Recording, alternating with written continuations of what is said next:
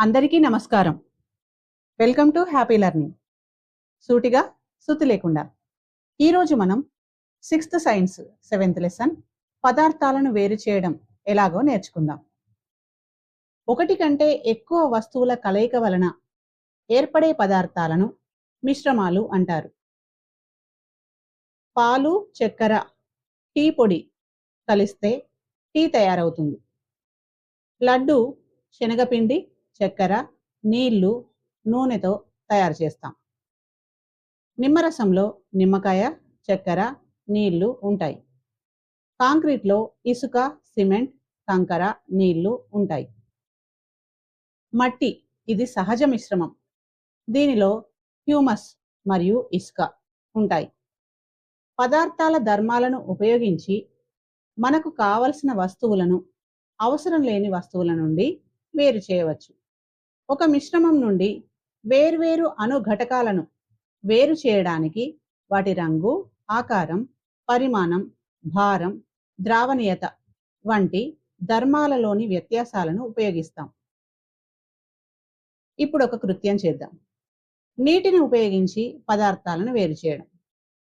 నీటిపై తేలేవి నెయ్యి, మైనం, ప్లాస్టిక్, చెక్క. నీటిలో మునిగేవి పంచదార, ఉప్పు, పసుపు, పప్పులు, ఇనుప మేకు. నీటిలో కరిగేవి చక్కెర, ఉప్పు. కరగనివి నెయ్యి, మైనం, పసుపు, పప్పులు, ప్లాస్టిక్, చెక్క, ఇనుప మేకు. చేతితో ఏరివేయడం. బియ్యం, పప్పులు, తృణధాన్యాల నుండి రాళ్లను, తాజా పండ్ల నుంచి పాడైన పండ్లను, ఆపిల్స్ నుంచి కమలాలను చేతితో ఏరివేస్తారు. తూర్పార పట్టడం. ధాన్యాన్ని చాటలతో ఎత్తి నెమ్మదిగా కిందకి పోస్తే బరువైన గింజలు కుప్పలాగా కింద పడతాయి.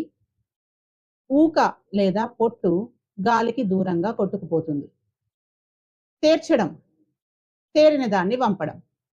గ్లాసులో ఉన్న నీటిలో కొద్దిగా మట్టి కలిపి కదపకుండా ఉంచితే కొంతసేపటి తర్వాత మట్టి అడుగుకు చేరుతుంది. దీనినే తేర్చడం అంటారు. తేర్చిన తర్వాత గ్లాసును నెమ్మదిగా పైకెత్తి అడుగున ఉన్న మట్టి కదలకుండా నెమ్మదిగా నీటిని మరొక గ్లాసులో పోయాలి. నీరు మట్టి నుంచి వేరవుతుంది. దీనినే తేర్చడం అంటారు. జల్లించడం. వేర్వేరు పరిమాణాలు ఉన్న పదార్థాలను వేరు చేయవచ్చు జల్లించడం ద్వారా.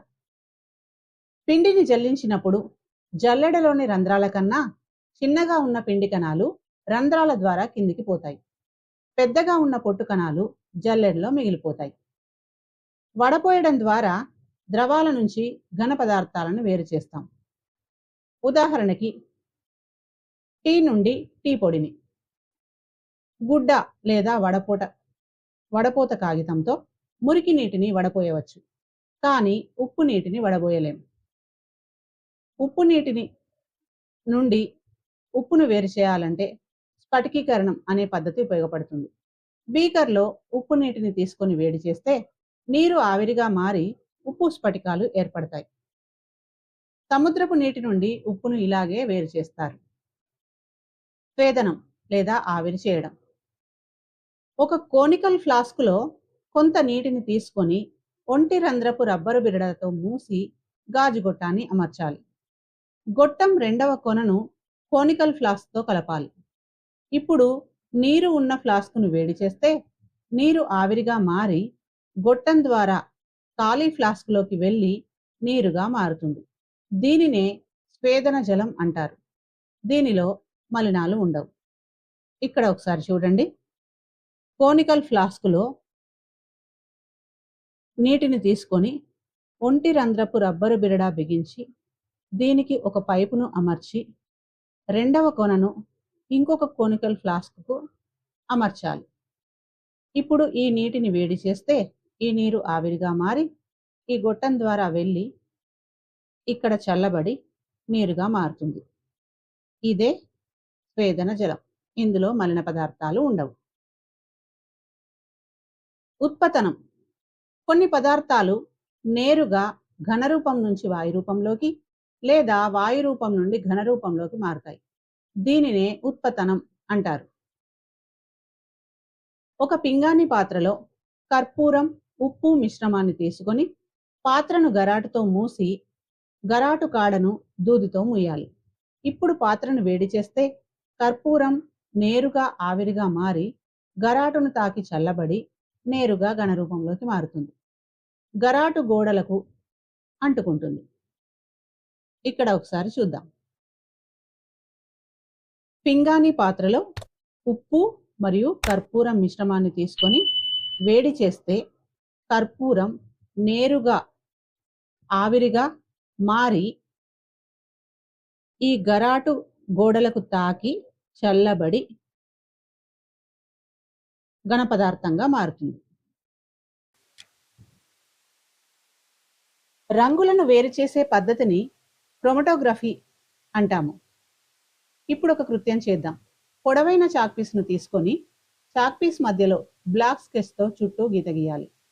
చిన్న పళ్ళెంలో కొద్దిగా నీరు తీసుకొని అందులో చాక్ పీస్ను నిలబెట్టాలి. నలుపు నుండి పసుపు, ఎరుపు, నీలి మొదలైన రంగులు వేరవుతాయి. ఇంకొక కృత్యం, నీరు, ఇసుక, రంపపు పొట్టు, ఉప్పు మిశ్రమాన్ని ఎలా వేరు చేస్తాం? వడపోయడం ద్వారా నీటిపైన తేలే రంపపు పొట్టును వేరు చేయవచ్చు. తేర్చడం, వడపోయడం ద్వారా నీటిలో మునిగిన ఇసుకను వేరు చేయవచ్చు. స్ఫటికీకరణం ద్వారా ఉప్పును వేరు చేయవచ్చు. అదనపు సమాచారం: కర్పూర వృక్షం సిన్నమోమం కాంఫోరా చెట్టు బెరడును స్వేదనం చేయడం ద్వారా కర్పూరాన్ని తయారు చేస్తారు. ఉప్పు, పటిక మొదలైన స్ఫటికాలలో కూడా నీరు ఉంటుంది. దీన్నే స్ఫటిక జలం అంటారు. ఇసుక, కంకర, సిమెంటు తగిన పాలల్లో ఉన్న మిశ్రమాన్ని కాంక్రీట్ అంటారు. దీన్ని నిర్మాణాలు, ఇనుప చట్రాలలో వేస్తారు. జోర్డాన్ దేశంలోని మృత సముద్రం ఉప్పు నీటి సరస్సు. దీనిలో మనం సులభంగా తేలుతాం. తక్కువ సంఖ్యలో మొక్కలకు తెగుళ్లు సోకినప్పుడు చేతితో ఏరివేసి తెగుళ్లను నివారించడం మంచి పద్ధతి.